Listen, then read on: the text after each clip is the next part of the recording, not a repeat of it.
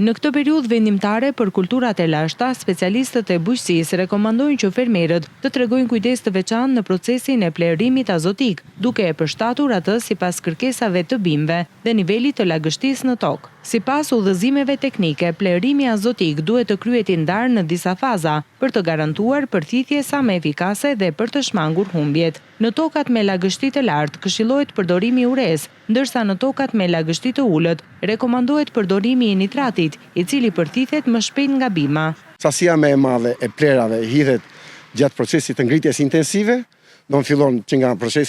nga faza e vllazërimit, pastaj me radhë duke hedhur 10-12 kg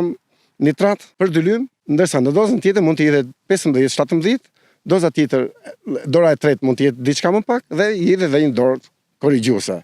në mënyrë që të plotësohen nevojat për azot.